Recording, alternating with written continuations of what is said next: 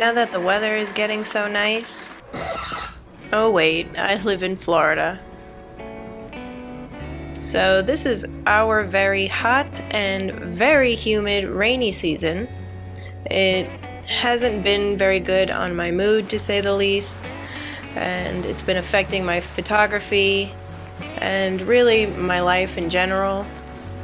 I'm sure a lot of you can relate to that. It's not exactly easy to stay motivated when everything is dark and gloomy.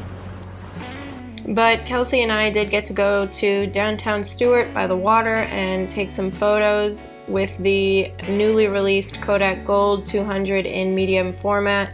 And yeah, so I'm going to talk about that, so stick around. So I've always been a fan of Kodak Gold 200, especially when it was like $4 a roll back when I first started shooting film again. And I'm sure, like most of you, I was really excited when Kodak announced that they were going to be offering Kodak Gold in medium format. So Kelsey and I got to go to our usual place by the water.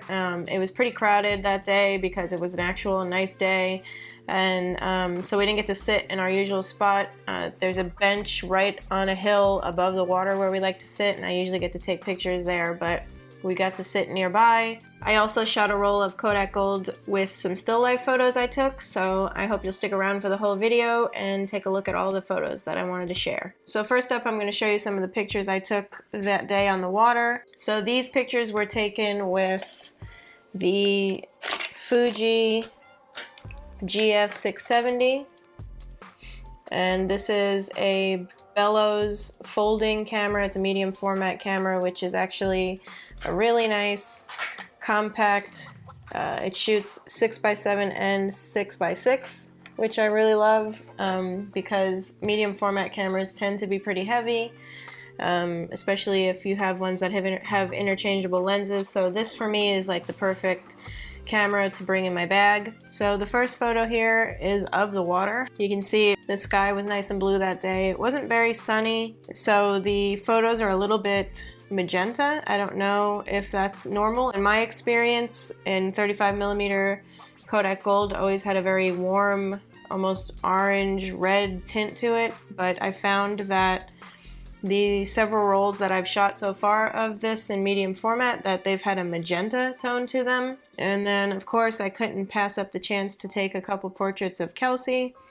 At this point she's 22 weeks pregnant, but in these photos she was at 21 weeks. With the Fuji you can't get too close, so I couldn't take proper portraits, but I still really love these with Kelsey standing under this big tree. Then these photos of the royal poincianas that were in the parking lot. I love this tree. I see them everywhere now, but I just love it when it flowers. It's got this beautiful red flower, and it was in the middle of the parking lot, shading all the cars and littering their buds all over the tops of the cars, but I couldn't get enough shots of it. And especially the canopy underneath was really striking, and I just couldn't stop taking pictures. And the tourists nearby, they were taking pictures and they saw me, and they suddenly realized that it was something pretty, so they started taking pictures of it too. So now I want to share some of the still life photos that I took. I think if you've been following me for a while by now, you know that I love to take still life photography, and I'm working on a project where I'm taking photos of items that I have that belonged to loved ones who have passed away. And in this particular one, these are items of my dad that belonged to my dad. His name was Al. You can see the tag there. For these photos, I used the Mamiya RB67 Pro SD, and obviously with that camera, it's another bellows camera, and I can get real close with the bellows and take really sharp photos, as you can see. The 200 ISO made me a little nervous in this setting because I don't ever really use lighting for my still life. I tend to use natural light, like I did in this instance. I used natural light coming from the window on the left, and I was worried that it would look underexposed because in my experience, Kodak Gold in 35mm it gets underexposed very easily and tends to look muddy. And now these photos are of a tea set that I inherited from my great aunt Frances.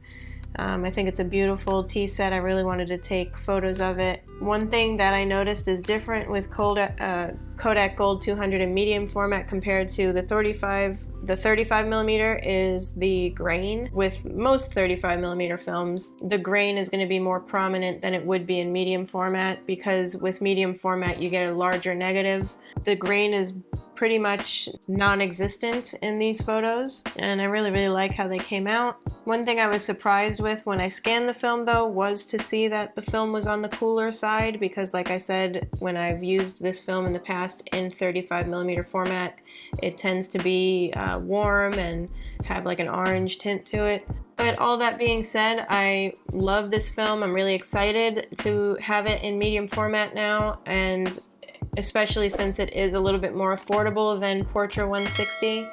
It isn't as affordable as it used to be. 35mm, a roll of 35mm is I think $10, and I think a roll of medium format comes to be about the same per roll, but it's still cheaper than Portra 160, so you might want to consider this as an option if you want to save a couple bucks, which I think we all want to do these days. But I really liked my results. I hope you liked them too. I hope you enjoyed this video. I've wanted to offer prints in the past, but I'm not sure if that's anything that you guys would be interested in. If you guys would be interested in a print of any of the photos that I've shown, or any of the photos over on my Instagram, let me know, message me. But yeah, that's it for this video. I just wanted to share my results with my first rolls of Kodak Gold 200 in medium format. I hope you enjoyed it, and until next time, stay motivated and keep shooting.